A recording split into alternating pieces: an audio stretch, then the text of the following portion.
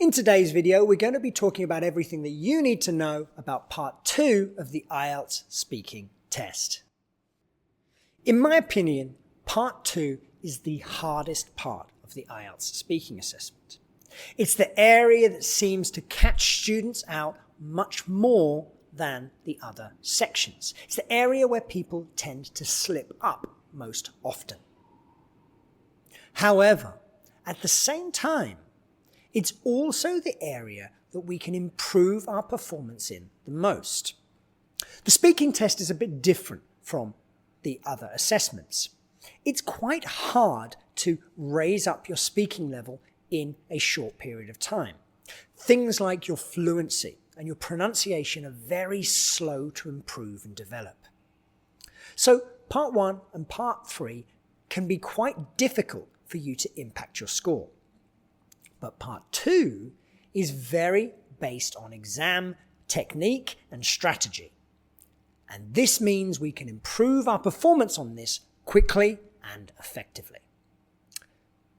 So if you're going to decide which area to spend most of your time on as you prepare for your speaking assessment, part 2 is a really good bet for ensuring you get the most out of your preparation time.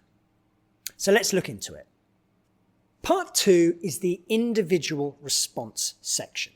So what this means is the examiner is not going to ask you direct questions. You are going to talk on your own. And the way that it works is the section will begin with the examiner giving you a prompt card. Now on this card there will be the topic question you're going to answer, and underneath it there will be 4 extra prompts to help you to prepare. The examiner will then give you 1 minute, just 1 minute, to make notes and prepare, and then you need to speak on your own for 2 minutes. Now this doesn't have to be an organized speech or presentation. It doesn't have to have a beginning and a middle and an end. You just got to keep talking until the examiner stops you. The examiner will be watching the time. You don't have to. So at the end of the 2 minutes, if you've got to the end of the 2 minutes, the examiner will interrupt you, and maybe they will ask you a little extra question at the end. But to be honest, that little extra question doesn't really matter very much. The main part of part 2 is what you say in your 2 minutes. So the challenge for many people is, can you talk on your own fluently for 2 minutes? It's quite challenging and quite hard. But luckily there are things that we can do to prepare. And a lot comes down to how you use that initial 1 minute, how you use your planning time. The kind of questions that we are going to get in part 2 are going to be similar to part 1. They're going to be about your everyday life experiences.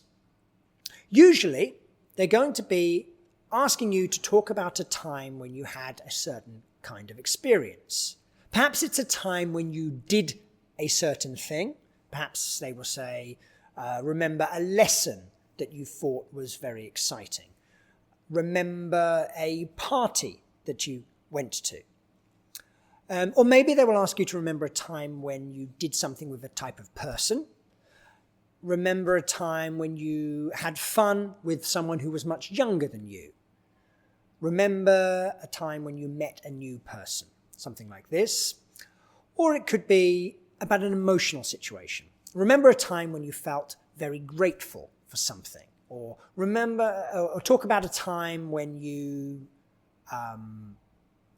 had a new experience. These are the main kinds of areas that we're going to have for our topics. They won't ask you anything complicated or technical. They won't ask you to talk about science or economics or politics or anything like this. All of the topics will be about you and your experiences. When you give your answer, you don't need to give an exciting or interesting answer. It's not a speech. It's not a presentation.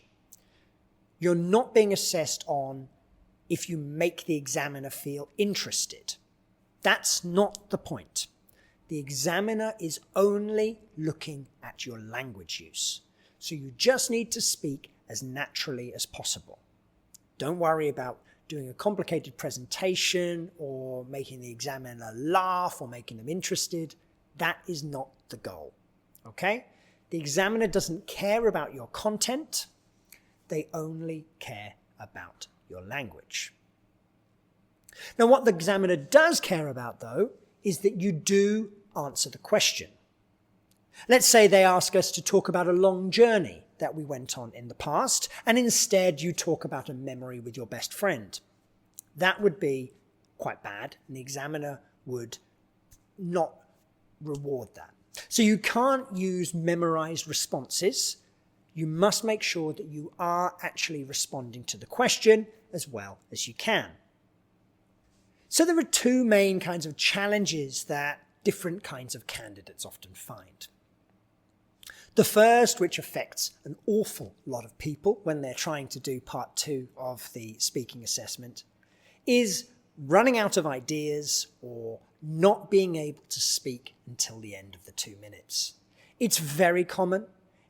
If this happens to you, it does not mean your speaking ability is bad. It is very, very normal and natural. It happens to many, many people, regardless of their speaking level. There are some techniques that we can use. There are some approaches that can help us, but often this comes down to stress in the exam and practice. The more you practice doing this kind of 2-minute speaking task, the easier it becomes to speak for the full amount of time. So this is one challenge that affects many, many people on the assessment.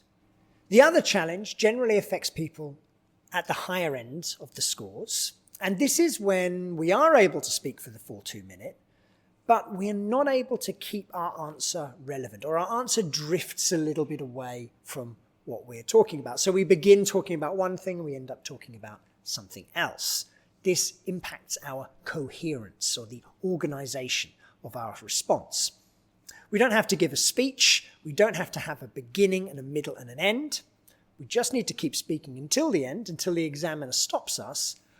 But we want to make sure that our answer is relevant to the question and we're not drifting all over the place in terms of the ideas we talk about. If the examiner can't really follow what you're trying to say, it will impact your score. So trying to keep it focused and on topic is one of the things that can have a big impact on part 2 at higher band levels. So what can we do to improve our performance in part 2? Well, as I said at the start of the video, part 2 is the area where we can improve our performance the best because it is the most dependent on exam technique. If we get good at using that 1-minute preparation time and practice speaking for the full 2 minutes, staying on topic as much as we can, we are going to improve our score. That is not about language level, that is about exam technique. So what I'm going to do now is I'm going to give you one approach for how you can use your preparation time. It's not the only approach. There are dozens of different ways you can approach task 2 to improve your performance. But this is one that I've found works for most students as a basic strategy. Some students choose to use it as they go forward, others choose to move on to different strategies. But it is simple, it is effective, and hopefully it will be of use to you. So my advice is this. When your note-taking time begins, you very quickly divide your notepaper into four different sections. Now, as you'll notice, you will get 4 different prompts for the question. Okay? So you've got 4 sections of your paper and 4 prompts. The other thing you need to do is decide what you are going to talk about very quickly. Make a decision very fast about what you're going to talk about. Many, many times, what causes people to underperform on part 2 is that they spend 30 seconds thinking of what the best topic should be, and then they've only got maybe 25 seconds to use their preparation time to think about what they're actually going to say about that topic. So this can have a big impact on your performance. I strongly recommend you practice making a decision fast. Once you've chosen what you're going to talk about, you then use the rest of the time to very quickly write down a few prompt words for each of the bullet points. Try to think of at least 3 basic ideas that you could put into each of these sections. And that's it. That's my advice for how to use your preparation time. Divide your paper into 4 and try and put at least 3 ideas in each of these boxes. What you can then do is talk about those ideas one by one, box by box. What this will do is it means that instead of you having to speak for 2 minutes on one topic, you have the much more approachable task of speaking for 30 seconds on 4 different topics. And within those 4 different topics, you're speaking for about 10 seconds on each of your individual prompts. Speaking for 10 seconds about a prompt is not very hard. It's at most going to be 2 or 3 sentences. It's not a long bit of speech for you to do.